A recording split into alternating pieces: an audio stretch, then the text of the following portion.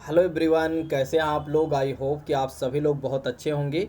तो दोस्तों, मैं आपका दोस्त प्रवीण सर आप सभी लोगों का स्वागत करता हूं Shashi GS academy and Shashi group of education में। जैसा कि आप सभी लोग जानते हैं कि मैं आपके लिए लेकर आया हूं 25 दिन का कोर्स। 25 दिन में आप क्या कर सकते हैं, यूपी टेट को क्वालिफाई कर सकते हैं, यूपी टेट को क्वालिफाई कर सकते हैं। ठीक है, ये कोर्स बहुत ही अच्छे तरीके से बनाया गया है। यह कोर्स बहुत ही अच्छे तरीके से बनाया गया है। यदि आपने इस कोर्स को लास्ट तक फॉलो कर लिया तो जब आप एग्ज़ाम में बैठेंगे तब अपने आप को बहुत सुरक्षित महसूस करेंगे और बहुत ही खुशी महसूस करेंगे कि हाँ, प्रवीण सर की हमने क्लास को फॉलो किया था, वही एग्ज़ाम में आया है जो प्रवीण सर ने पढ़ाया था। ठीक है, तो यदि इस क्लास को आपको बेहतर तरीके से फॉलो करना है, यदि आपने लास्ट तक फॉलो कर लिया तो मैं गारंटी लेता हूँ कि 100% आप बहुत अच्छा मार्क्स हासिल करेंगे ईवीएस और साइकोलॉजी में। ठीक है, दूसरी बात करते हैं, यदि आपको पीडीएफ चाहिए तो उसके लिए आपको पेड करना पड़ेगा 100 रुपीज़। आप हमारा व्हाट्सअप नंबर लिख सकते हैं 8920340192 पर आप हमें व्हाट्सअप कर सकते हैं। और उसमें आपको क्या लिखना पड़ेगा, यूपी टेट टारगेट बैच 2021 आपको लिखना पड़ेगा। बस इतना ही लिख दीजिएगा, आपको सारा प्रोसेस बता दिया जाएगा और आपको पीडीएफ जब तक कि आपका एग्ज़ाम नहीं हो जाता है तब तक आपको पीडीएफ मिलती रहेंगी।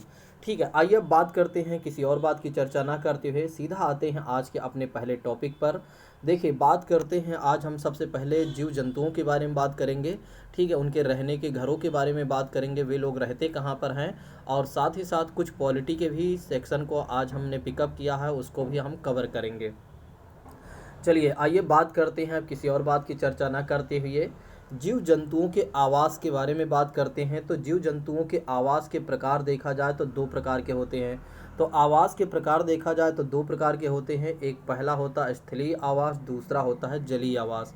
तो स्थलीय आवास के अंतर्गत क्या क्या आ जाते हैं, वनीय आवास आ जाते हैं, घासी आवास आ जाते हैं, और मरुस्थलीय आवास आ जाते हैं, और पहाड़ी आवास आ जाते हैं, और ध्रुवीय आवास आ जाते हैं। इस बात को ध्यान रखिएगा। तो आवास के अंतर्गत देखा जाए तो स्थलीय आवास आते हैं, और स्थलीय आवास के अंतर्गत देखा जाए तो वनीय आवास आते हैं, घासी आवास आते हैं, मरुस्थलीय आवास आते हैं, और पहाड़ी पहाड़ी आवास आते हैं, और ध्रुवीय आवास आते हैं। और जलीय आवास के अंतर्गत देखा जाए तो जलीय आवास आते हैं, और समुद्री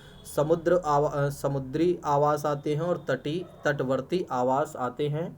ठीक है, इस बात को ध्यान रखिएगा। चलिए अब आइए बात करते हैं स्थलीय आवास के बारे में, आइए समझते हैं। देखिए, स्थलीय आवास के बारे में यदि हम बात करते हैं, स्थलीय आवास के बारे में यदि हम बात करते हैं तो स्थल पर रहने वाले जो सभी जीव होते हैं, ठीक है, उनके आवास को क्या कहा जाता है, स्थलीय आवास कहा जाता है। तो स्थल पर रहने वाले सभी जीवों के आवास को क्या कहा जाता है, स्थलीय आवास कहा जाता है। और स्थलीय आवास के अंतर्गत हमने आपको बताया था कि जैसे वनीय आवास, यानी कि वन में रहने वाले जो जीव होते हैं उन्हें क्या कहा जाता है, उनके घर को क्या कहा जाता है, वनीय आवास कहा जाता है। लेकिन उनका जो घर होता है, उनका जो निवास होता है, अस्थायी होता है। ठीक है, तो उनका जो निवास होता है अस्थायी होता है। जैसे कि हाथी की बात कर लेते हैं, शेर की बात करते हैं, चीता की बात करते हैं, और आदि बहुत सारे जीव जंतु होते हैं जिनका एक तरीके से देखिए ए वन में तो रहते हैं, लेकिन इनका जो आवास होता है या निवास होता है, जो इनका घर होता है, वे अस्थायी होते हैं। क्यों होते हैं, क्योंकि आज यहाँ पर हैं, कल कुछ कहीं और जाएंगे, क्योंकि इन्हें खाने पीने की, चारा पानी अपना खाने पीने के लिए क्या करते हैं, अपने आवास या निवास को बदलते रहते हैं। नेक्स्ट बात करते हैं, घासी आवास की बात करते हैं।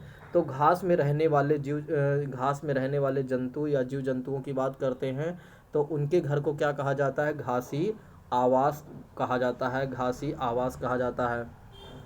ठीक है, जैसे कि घास कौन कौन सी, जैसे सवाना घास में रहते हैं, प्रेरी घास में रहते हैं घर बनाकर, और एक तरीके से डाउन्स, स्टेपी, मीडोज, औलानोज, पंपाज, ग्रान, चाको आदि प्रकार के घास के मैदानों में मुख्यतः है ये जीव अपना आवास बनाकर रहते हैं। जैसे कि जिब्रा की बात करते हैं, जिराफ की बात करते हैं, गजीला की बात करते हैं, राइनोसोर की बात करते हैं, और हिरण आदि की बात करते हैं। नेक्स्ट बात करते हैं, मरुस्थली की बात करते हैं। मरुस्थली आवास क्या होता है, तो जहाँ पर मुख्यतः क्या होता है, अधिक तापमान और कम वर्षा होती है और कम वनस्पति वाला स्थान होता है, उसे क्या कहा जाता है, मरुस्थली आवास कहा जाता है। तो मरुस्थली आवास की विशेषता ये है कि वहाँ पर बहुत ज़्यादा तापमान होता है, बहुत कम बारिश होती है और बहुत कम वनस्पति होती है, तो ऐसे स्थानों को क्या कहा जाता है? मरुस्थलीय आवास कहा जाता है।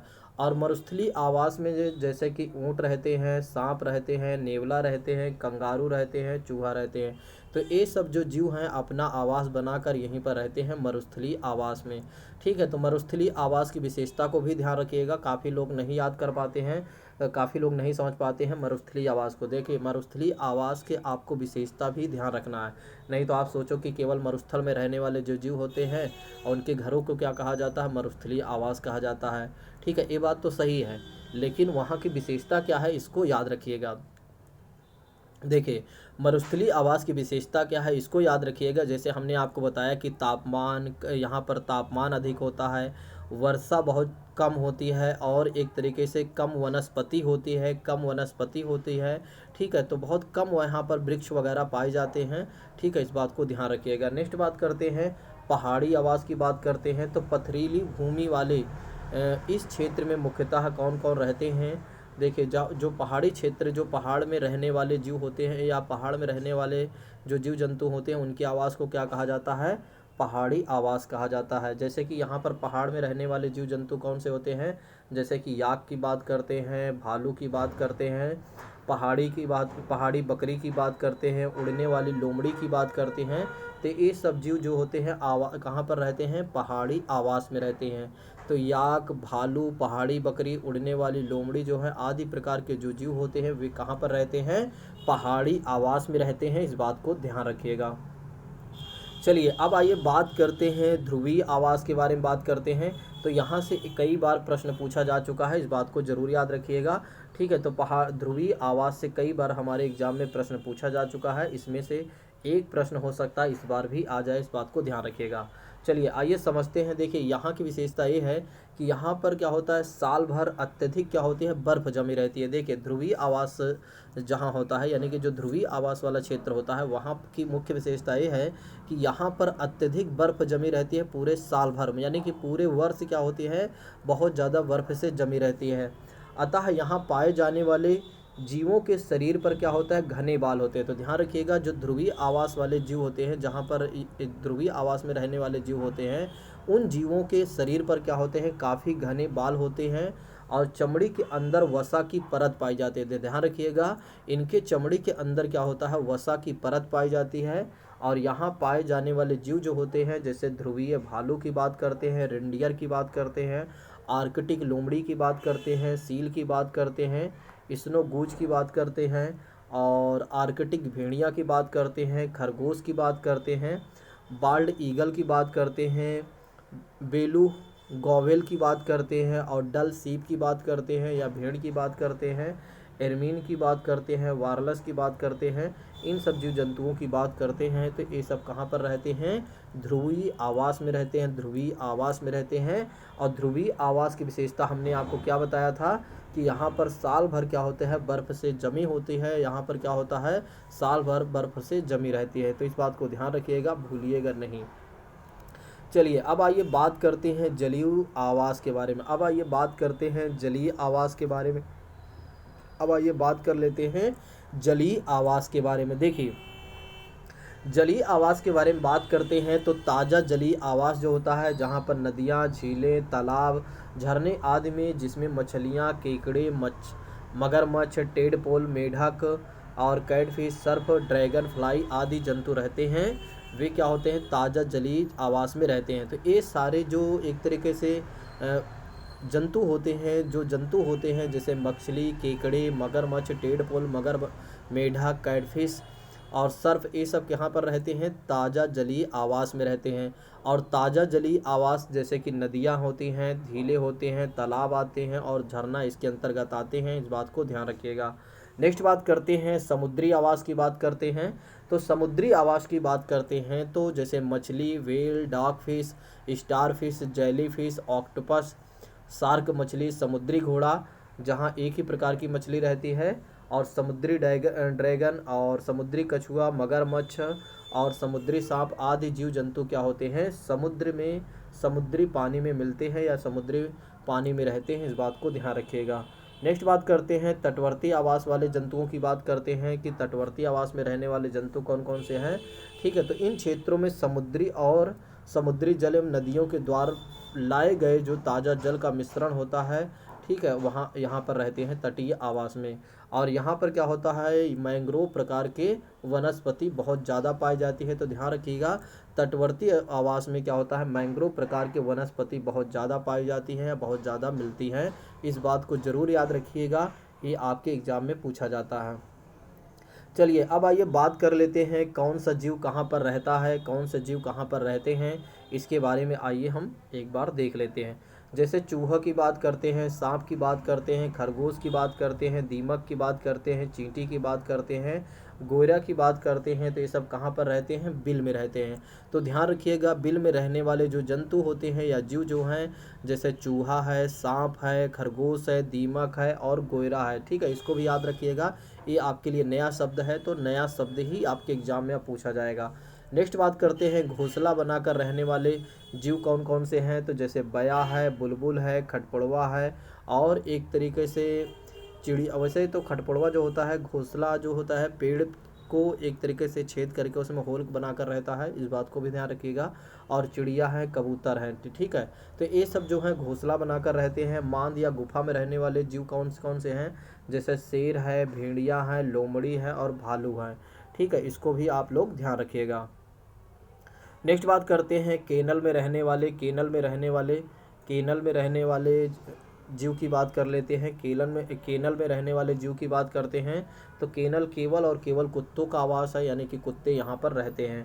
पेड़ की शाखाएं पर रहने वाले जीव कौन कौन से हैं, जैसे कि बंदर हो गया, चील हो गया और कौवा हो गया, टिड्डा हो गया। तो ध्यान रखिएगा, पेड़ की शाखाओं पर रहने वाले जीव कौन कौन से हैं, बंदर है, चील है, कौवा है और टिड्डा है। घर की बात करते हैं, घर में रहने वाले जैसे छिपकली हो गए, चूहा हो गया, पालतू जंतु हो गए, तो ये सब घर में रहते हैं। नेक्स्ट बात करते हैं जल में रहने वाले जंतुओं की जीव की बात कर लेते हैं। तो जल में रहने वाले जंतुओं की बात करते हैं, जीव की बात करते हैं। तो मछली हो गया, मेढक हो गया, कछुआ हो गया, केकड़े हो गए। पिंजरा या बाड़ा में रहने वाले जंतुओं की बात कर लेते हैं, जीव की बात करते हैं। तो जैसे कि बात करते हैं गाय हो गया, ठीक है, भैंस हो गया, भेड़ हो गया, बकरी हो गई। नेक्स्ट बात करते हैं सुकरशाला में रहने वाले सुअर। सुकरशाला में कौन रहता है, एक तरीके से सुअर रहती है। अस्तबल में कौन रहता है, घोड़ा रहता है। पेड़ की कोटर में कौन रहता है, कंगारू रहता है। जाल में कौन रहता है, मकड़ी रहती है। दड़बा या मुर्गी खाना में कौन रहता है, मुर्गी रहती है। छत्ता की बात करते हैं, मधुमक्खी, बर्रे, ततैया रहते हैं। इस बात को ज़रूर याद रखिएगा, इसमें से भी आपको 1 नंबर ज़रूर मिल जाएगा अगर आपने स्थलीय आवास है इसको आपने बेहतर तरीके से याद कर लिया तो। चलिए अब आइए बात करते हैं मानव आवास के बारे में बात कर लेते हैं। ठीक है, देखिए मानव आवास की मूलभूत आवश्यकता है। मानव जो है एक तरीके से मानव एवं जीव जंतु विपरीत परिस्थितियों में गर्मी, सर्दी, वर्षा आदि से बचने के लिए क्या करते हैं, जब हमें विपरीत परिस्थितियों से गुजरना है, जैसे कि बारिश हो रही है या धूप लग रहा है, तो उसके लिए हम क्या करते हैं, अपना आवास का उपयोग करते हैं। नेक्स्ट बात करते हैं आवास मानव को रात्रि विश्राम को सुरक्षित और स्थान जंगली जानवरों और एक तरीके से शत्रुओं से सुरक्षा करता है और वस्तुओं एवं संपत्ति संग्रहण या अन्य गतिविधियों के लिए संचालन में हमारे लिए महत्वपूर्ण भूमिका निभाता है। कौन, आवास। चलिए अब आइए बात करते हैं कि विश्व की प्रमुख जनजातियों द्वारा बनाए गए विशिष्ट आवास के बारे में। तो इसमें से भी 1 नंबर आपको मिलने वाला है मेरे प्रिय साथियों, याद रखिएगा सभी छात्र। विश्व की प्रमुख जनजातियों द्वारा बनाए जाने वाले या विशिष्ट आवास की बात करते हैं, जैसे इग्लू की बात करते हैं। तो इग्लू जो है टुंड्रा प्रदेश में एस्किमो जनजाति द्वारा बनाए जाने वाला बर्फ़ का मकान ही इग्लू कहा जाता है। तो टुंड्रा प्रदेश में जो एस्किमो जनजाति होती है उसके बनाए जाने वाला जो बर्फ़ का मकान होता है उसे क्या कहा जाता है, इग्लू कहा जाता है। इग्लू के अंदर देखा जाए तो इग्लू को अंदर से गर्म रखने के लिए क्या किया जाता है, सील मछली की खाल लगाई जाती है। देखिए इस बात को ध्यान रखिएगा कि इग्लू को अंदर से गर्म रखने के लिए ये लोग क्या करते हैं, एस्किमो जनजाति क्या करती हैं कि सील मछली की खाल खाल लगा देते हैं और इसकी चर्बी को जलाकर रोशनी करते हैं। तो ध्यान रखिएगा, एक तरीके से इसकी चर्बी को जलाया जाता है ताकि रोशनी मिल सके, और इसकी छाल को इसलिए लगाया जाता है ताकि इन्हें गर्मी मिल सके। सीटेट 2015 में यह प्रश्न पूछा जा चुका है। नेक्स्ट बात करते हैं, यूपी टेट के महत्वपूर्ण प्रश्न है, इस बात को ध्यान रखिएगा। ठीक है, ट्यूपिक की बात करते हैं तो ध्रुवीय भालू की खाल से बने एस्किमो जनजाति क्या करते हैं, ग्रीष्मकालीन आवास में रहते हैं। ग्रीष्मकालीन आवास इनका होता है, तो इसको भी याद रखिएगा कि ट्यूपिक क्या होता है, ध्रुवीय भालू की खाल से जो वो बने एस्किमो जनजाति के घर होते हैं। ठीक है, जब एक ग्रीष्मकालीन में यहाँ पर रहते हैं इसमें। चलिए नेक्स्ट बात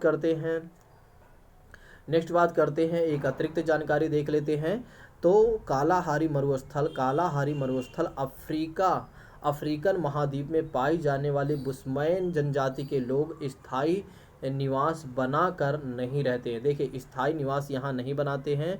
ये कहाँ पर क्या बनाते हैं, ये क्या करते हैं, ये झोपड़ियों, गुफाओं और टेंटों में रहते हैं। तो ध्यान रखिएगा, जो कालाहारी मरुस्थल हैं, कालाहारी मरुस्थल में अफ्रीकन महाद्वीप में पाई जाने वाली जो जनजाति है, कौन सी जनजाति है, बुश्मैन। और बुश्मैन जनजाति को एक और नाम से जाना जाता है, सान जनजाति के नाम से जाना जाता है। तो बुश्मैन जनजाति के लोग क्या होते हैं, ये स्थायी निवास नहीं बनाते हैं। काफ़ी लोग इस प्रश्न को गलत कर देते हैं कि बुश्मैन जनजाति जो हैं एक तरीके से स्थायी निवास बनाते हैं। नहीं, इस बात को ध्यान रखिएगा, ये स्थायी निवास नहीं बनाते हैं, बल्कि ये झोपड़ियों में रहते हैं, गुफाओं में रहते हैं और टेंट वगैरह लगाकर रहते हैं। और इनका मुख्य काम क्या होता है, आखेट करना, यानी कि आखेट मतलब शिकार करके अपना जीवन यापन करना। तो इनका मुख्य काम क्या होता है, यानी कि अपने जीवन को चलाने के लिए क्या करते हैं, शिकार करते हैं और अपना जीवन जीते हैं। तो ध्यान रखिएगा, कालाहारी मरुस्थल में पाए जाने वाली जनजाति कौन सी है, तो एक तरीके से बुश्मैन जनजाति है, और जिसे सान जनजाति के नाम से जाना जाता है। इनकी मुख्य विशेषता ये है कि ये स्थायी निवास बनाकर नहीं रहते हैं, बल्कि ये झोपड़ियों में रहते हैं, गुफाओं में रहते हैं और टेंटों में रहते हैं। और इनका मुख्य जीवन, यानी कि अपने ये लोग अपना मुख्य जीवन कैसे जीते हैं या अपना जीवन यापन कैसे करते हैं, तो शिकार करके अपना जीवन जीते हैं। मतलब शिकार करते हैं और अपना भोजन तैयार करते हैं और खाते पीते हैं। अब आइए बात करते हैं कुछ पॉलिटी वाले सेक्शन के बारे में। हमने आपको बताया था कि आज हम कुछ पॉलिटी वाले सेक्शन के बारे में भी बात करेंगे। जैसे कि बात करते हैं संसद के बारे में। देखिए, बहुत सारे छात्र जानते होंगे, लेकिन आज आपको बहुत सारी नई जानकारी भी मिलेंगी। ठीक है, तो आप लास्ट तक बने रहिएगा। ये मत सोचिए कि हमें सब आता है। ठीक है, आप हमेशा ये सोचिए कि हमें बहुत कम आता है। ठीक है, तभी आपको सीखने को बहुत कुछ मिलेगा। और इतना ही नहीं, बल्कि आपका जो माइंड होगा बहुत सारी चीज़ों को अडॉप्ट करने के लिए तैयार होगा। देखिए, जब हम अपने माइंड से ही बोल देते हैं कि हमें सब कुछ पता है, तब हमारा माइंड कुछ भी अडॉप्ट नहीं करता है, कुछ भी ग्रहण नहीं करता है। ठीक है, इस बात को ध्यान रखिएगा। ठीक है, चलिए आइए समझते हैं, संसद के बारे में बात करते हैं। देखिए, भारतीय संसद को क्या क्या कहा जाता है, तो भारतीय संघीय व्यवस्थापिका, केंद्रीय विधानमंडल, कानून बनाने वाली सर्वोच्च शक्ति, देश की विधायिका, उसे क्या कहा जाता है, संसद कहा जाता है। तो संसद के किन किन नामों से जाना जाता है, तो संसद को संघीय व्यवस्थापिका के नाम से भी जाना जाता है, केंद्रीय विधानमंडल के नाम से भी जाना जाता है, और कानून बनाने वाली सर्वोच्च शक्ति के नाम से भी जाना जाता है, और देश की विधायिका के नाम से भी जाना जाता है। इस बात को ध्यान रखिएगा। तो संसद के इन नामों से जाना जाता है, और अंग्रेजी में से क्या कहा जाता है, पार्लियामेंट कहा जाता है। तो ध्यान रखिएगा। नेक्स्ट बात करते हैं, भारत में द्विसदनात्मक व्यवस्था अपनाई गई है। द्विसदनात्मक मतलब एक तरीके से कह सकते हैं लोकसभा और राज्यसभा की बात करते हैं। ठीक है, लोकसभा अगर केंद्र में देखा जाए तो लोकसभा राज्यसभा है, अगर राज्यों में देखा जाए तो विधानसभा विधान परिषद है। ठीक है, तो 1919 के अधिनियम से हमने लिया है, इस बात को ध्यान रखिएगा। और इंग्लैंड को विश्व की संसद की जननी कहा जाता है, इंग्लैंड को विश्व में संसद की जननी कहा जाता है, इस बात को ध्यान रखिएगा। चलिए अब आइए बात करते हैं मुख्य पॉइंट के बारे में। तो भारतीय संविधान में अनुच्छेद 79 में क्या कहा गया है, संसद के गठन का उल्लेख किया गया है। तो ध्यान रखिएगा कि भारतीय संविधान के अनुच्छेद 79 में ठीक है। 79 में संसद के गठन के बारे में चर्चा की गई है और क्या कहा गया है, संघ के लिए एक संसद होगी। तो क्या कहा गया है, संघ के लिए एक संसद होगी जो राष्ट्रपति और संसद के दोनों सदनों से मिलकर बनेगी। और संसद के दोनों सदन कौन कौन से हैं, तो संसद के दोनों सदन जिनके नेम क्या हैं, राज्यसभा और लोकसभा हैं। तो ध्यान रखिएगा क्या कहा गया है आर्टिकल 79 में, आर्टिकल 79 में कहा गया है कि संसद के गठन के बारे में बताया गया और कहा गया है संघ के लिए एक संसद होगी। ठीक है, तो संघ के लिए यानी यूनियन के लिए एक संसद होगी जो राष्ट्रपति और संसद के दोनों सदनों से मिलकर बनेगी और जिसका नेम है राज्यसभा और लोकसभा होगी, जिसका नेम क्या होंगे, राज्यसभा और लोकसभा होंगे।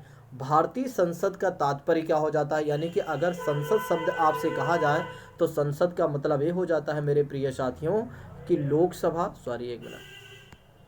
संसद का मतलब होता है लोकसभा, राज्यसभा और राष्ट्रपति। तो ध्यान रखिएगा संसद तभी कंप्लीट मानी जाती है जब उसमें लोकसभा होगी, जब उसमें राज्यसभा होता है, जब उसमें राष्ट्रपति होता है, तभी संसद कंप्लीट मानी जाती है। तो ध्यान रखिएगा संसद के निर्माण की बात करते हैं तो संसद में राज्यसभा का होना बहुत आवश्यक है, लोकसभा का भी होना आवश्यक है और राष्ट्रपति का होना भी बहुत आवश्यक है।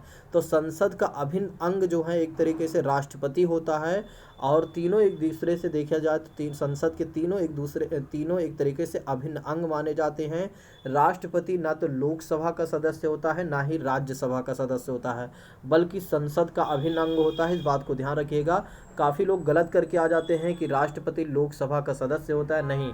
देखिए राष्ट्रपति ना तो एक तरीके से लोकसभा का सदस्य होता है, ना तो लोकसभा का सदस्य होता है, ना ही राज्यसभा का सदस्य होता है, बल्कि राष्ट्रपति जो होता है संसद का एक अभिन्न अंग माना जाता है। इस बात को ध्यान रखिएगा। अब आइए बात करते हैं नेक्स्ट पॉइंट के बारे में बात करते हैं।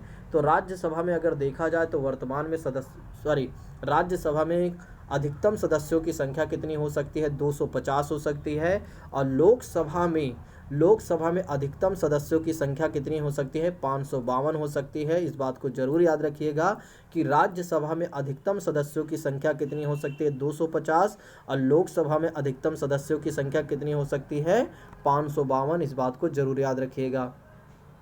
अब आइए बात करते हैं कि भारतीय संसद के सदस्य बनने की योग्यता क्या क्या है। देखिए अगर भारत की संसद की सदस्यता आप लेना चाहते हैं तो क्या क्या योग्यताएं होनी चाहिए आपके पास, आइए समझते हैं। और आर्टिकल 84 में इसकी चर्चा की गई है। कहा गया है कि भारतीय संसद के सदस्यों के बारे में यानी उनकी योग्यताओं के बारे में कहा गया है कि पहली बातें कही गई है कि आप भारत के नागरिक हों। अगर कोई व्यक्ति भारत की संसद का सदस्य बनना चाहता है, तो वो भारत का नागरिक हो। पहली बात, पागल या दिवालिया उसे घोषित ना किया गया हो। तीसरी बात कही जा रही है लाभ के पद पर कार्यरत ना हो, यानी किसी सरकारी नौकरी में ना हो, और 2 वर्ष से अधिक कारावास की सज़ा प्राप्त उसे ना हो, और तभी वह भारत की संसद का सदस्य बन सकता है। अब भारत की संसद के सदस्य में देखा जाए तो संसद में 2 सदन हैं, एक राज्यसभा है और दूसरी लोकसभा है। तो राज्यसभा के सदस्य बनने के लिए क्या होना चाहिए, आपकी 30 वर्ष की आयु होनी चाहिए, बाकी ये सब आप योग्यता में आते हों। और दूसरी बात करते हैं, अगर लोकसभा के सदस्य बनना है आपको, तो कम से कम न्यूनतम आपकी 25 वर्ष आयु होनी चाहिए, बाकी यही योग्यता होनी चाहिए, यानी कि यही आपको फुलफिल करना पड़ेगा। तो हमने आपको बताया कि भारतीय संसद के बारे में हमने आपको बताया कि संसद में देखा जाए तो संसद में 3 प्रमुख अंग हैं, 3 प्रमुख बॉडी हैं, लोकसभा, राज्यसभा, राष्ट्रपति। राष्ट्रपति ना तो लोकसभा का सदस्य होता है ना ही राज्यसभा का सदस्य होता है, बल्कि संसद का एक अभिन्न अंग माना जाता है। इस बात को ध्यान रखिएगा। फिर हमने आपको बताया कि आर्टिकल 84 के तहत यानी 84 के थ्रू हमने आपको बताया कि अगर आपको भारत की संसद के सदस्य बनना है तब आपके पास क्या क्या योग्यताएं होनी चाहिए, जैसे कि आप भारत के नागरिक हों, पागल या दिवालिया आपको घोषित ना किया गया हो, लाभ के पद पर आप कार्यरत ना हो, 2 वर्ष से अधिक कहीं पर आप सज़ा ना काटे हों, ठीक है। और साथ ही साथ अगर आपको राज्यसभा के सदस्य बनना है तो आपकी 30 वर्ष आयु होनी चाहिए, अगर लोकसभा के सदस्य बनना है तो 25 वर्ष आपकी आयु होनी चाहिए। इस बात को ध्यान रखिएगा। चलिए अब आइए एक अतिरिक्त जानकारी ले लेते हैं। यदि कोई भी सदस्य किसी भी निर्योग्यता यानी डिसक्वालिफिकेशन की बात करते हैं तो अनुच्छेद 101 तथा अनुच्छेद 102 में संसद सदस्यों की निर्योग्यता का वर्णन किया गया है। ठीक है, इस मामले का अंतिम अधिकार किसके पास होता है? राष्ट्रपति के पास होता है। देखिए ध्यान रखिएगा, अगर संसद के किसी भी सदस्य को निर्योग्य घोषित डिस्क्वालीफाई किया जाएगा तो राष्ट्रपति के पास यह अधिकार है, राष्ट्रपति के पास यह अधिकार है। और राष्ट्रपति इसके लिए क्या कर सकता है? निर्वाचन आयोग की सलाह ले सकता है। तो इस बात को भी ध्यान रखिएगा कि एक तरीके से यदि कोई भी सदस्य किसी भी निर्योग्यता के बाद में अगर चुन लिया जाता है तो यह किसका अंतिम निर्णय होता है? तो यह किसका अंतिम निर्णय होता है? राष्ट्रपति का अधिकार होता है या राष्ट्रपति का अंतिम निर्णय होता है। और जिसके लिए राष्ट्रपति क्या कर सकता है? आयोग से सलाह ले सकता है, आयोग से सलाह ले सकता है। देखिए, यदि कोई भी सदस्य किसी भी निर्योग्यता, मान लीजिए एक बार और एक तरह का डिसक्वालीफाई यानी कि उसकी योग्यता ये सब नहीं है ऊपर वाली, उसके बाद भी अगर उसे चुन लिया जाता है तो इस मामले में किसके पास निर्णय होता है, किसके पास निर्णय लेने का अधिकार होता है? तो वो है राष्ट्रपति के पास यह अधिकार होता है कि वह व्यक्ति सदस्य रहेगा या नहीं रहेगा। और उसके लिए राष्ट्रपति क्या कर सकता है? राष्ट्रपति क्या कर सकता है? आयोग से सलाह ले सकता है। कौन से आयोग? निर्वाचन आयोग से सलाह ले सकता है। तो इस बात को ध्यान रखिएगा कि अगर कोई भी सदस्य किसी भी निर्योग्यता के बाद भी अगर उसे चुन लिया जाए, मान लीजिए वो एक तरीके से अहर्ताएं नहीं रख रहा है फिर भी उसे चुन लिया गया है, तब इस मामले का अधिकार, इस मामले का अंतिम निर्णय कौन लेगा? राष्ट्रपति लेगा। और किससे सलाह ले सकता है राष्ट्रपति? इसके लिए निर्वाचन आयोग से सलाह ले सकता है कि अब इस सदस्य को क्या करना है। चलिए अब आइए बात करते हैं संसद की कार्यप्रणाली के बारे में बात कर लेते हैं। तो संसद की कार्यप्रणाली की बात करते हैं तो संविधान के अनुच्छेद 120 के अनुसार हिंदी व अंग्रेजी को संसद की कार्यकारी भाषा घोषित किया गया। देखिए आर्टिकल 120 के तहत हिंदी व अंग्रेजी को संसद की कार्यकारी भाषा घोषित किया गया, लेकिन संसद का कोई भी सदस्य अपनी मातृभाषा बोलने का अधिकार रखता है। देखिए इस बात को ध्यान रखिएगा कि अगर कोई संसद का कोई भी सदस्य अपनी मातृभाषा में कोई बातें रखना चाहता है तो वह रख सकता है। ठीक है, जिसके लिए द्विभाषी अनुवादक की भी व्यवस्था की गई है। चलिए नेक्स्ट बात करते हैं। संविधान में अंग्रेजी को 15 वर्षों के लिए रखा गया था। ठीक है, संविधान में अंग्रेजी को 15 वर्ष का ही समय दिया गया था, यानी 15 वर्षों के लिए रखा गया था कि 15 वर्ष तक अंग्रेजी रहेगी और उसके बाद अंग्रेजी ख़त्म हो जाएगी, फिर उसके बाद एक नई भाषा आ जाएगी। लेकिन क्या हुआ कि राजभाषा अधिनियम 1963 के तहत क्या कहा गया अंग्रेजी को हिंदी के साथ निरंतरता की अनुमति दे दी जाए। तो एक तरीके से राजभाषा अधिनियम 1963 के तहत अंग्रेजी को हिंदी के साथ क्या कर दिया गया कि उसको भी अनुमति दे दी गई, तब से आज तक चली आ रही अंग्रेजी। चलिए नेक्स्ट बात करते हैं। ये वैसे अतिरिक्त जानकारी थी, आपको लेना, अगर आपको याद रखना है तो रखिए, नहीं तो कोई सुनिए। चलिए नेक्स्ट बात करते हैं। संसद की कार्यवाही का प्रथम घंटा जो होता है वो 11 से लेकर 12 बजे तक होता है, जिसे क्या कहा जाता है? प्रश्नकाल कहा जाता है। तो संसद की कार्यवाही का प्रथम घंटा क्या कहा जाता है? प्रश्नकाल कहा जाता है। तो संसद की कार्यवाही का प्रथम घंटा को क्या कहा जाता है? प्रश्नकाल कहा जाता है। और इसकी टाइमिंग क्या होती है? 11 से लेकर 12 बजे तक, 11 से लेकर 12 बजे तक के काल को क्या कहा जाता है? प्रश्नकाल कहा जाता है। दूसरी बात करते हैं जिसमें 3 प्रकार के प्रश्न पूछे जाते हैं। एक तारांकित प्रश्न होता है, दूसरा अतारांकित प्रश्न, तीसरा होता है अल्प सूचना प्रश्न होता है। तारांकित प्रश्न में क्या होता है कि इसमें जवाब जो होते हैं मौखिक रूप से दिया जाता है, इसमें जवाब मौखिक रूप से दिया जाता है, बस इतना ही याद रखिएगा। अतारांकित प्रश्न में क्या होता है? इसमें जवाब जो होता है संसद सदस्य प्रश्न पूछते हैं और इसमें जो एक तरीके से संबंधित मंत्री जो होते हैं वे उत्तर देते हैं, लिखित के रूप में जवाब देते हैं। तो ध्यान रखिएगा, तारांकित में क्या होता है? संसद सदस्य प्रश्न पूछते हैं और उसका जवाब मौखिक दिया जाता है। और अतारांकित प्रश्न में क्या होता है कि जवाब लिखित दिया जाता है, ठीक है। और नेक्स्ट बात करते हैं अल्प सूचना प्रश्न की बात करते हैं, जिनमें क्या होता है 10 दिन के समय से कम देकर सदन में प्रश्न पूछा जाता है। तो अल्प सूचना वाले प्रश्न में क्या होता है कि वे प्रश्न होते हैं जिन्हें निर्धारित 10 दिन के समय से कम समय देकर प्रश्न पूछा जाता है। इस बात को ध्यान रखिएगा। नेक्स्ट बात करते हैं, आपके एग्जाम में यह भी प्रश्न पूछा जाता है कि प्रश्नकाल के बाद का समय क्या होता है, शून्यकाल होता है। तो 12 बजे से 1 बजे तक के काल को क्या कहा जाता है, काल को क्या कहा जाता है, शून्यकाल कहा जाता है। तो प्रश्नकाल भी आपके एग्जाम में पूछा जाता है, शून्यकाल भी पूछा जाता है। तो हमने आपको बताया है कि प्रश्नकाल की बात हमने आपको बताया है कि प्रश्नकाल के बाद हमने आपको बताया है कि प्रश्नकाल के बारे में हमने आपको बताया है कि सदन की प्रथम कार्यवाही जो होती है या सदन की कार्यवाही का प्रथम घंटा जो होता है 11 से लेकर 12 बजे तक की काल को क्या कहा जाता है, प्रश्नकाल कहा जाता है, प्रश्नकाल कहा जाता है। इस बात को ध्यान रखिएगा। और प्रश्नकाल में 3 प्रकार के प्रश्न पूछे जाते हैं, तारांकित, अतारांकित, अल्प सूचना वाले प्रश्न का होते हैं। ठीक है, नेक्स्ट बातें हमने आपको बताया शून्यकाल किसे कहा जाता है। तो जैसे ही प्रश्नकाल खत्म होगा यानी 11 से 12, ठीक है, तो 12 बजे से तुरंत शुरू हो जाता है शून्यकाल। इस बात को ध्यान रखिएगा।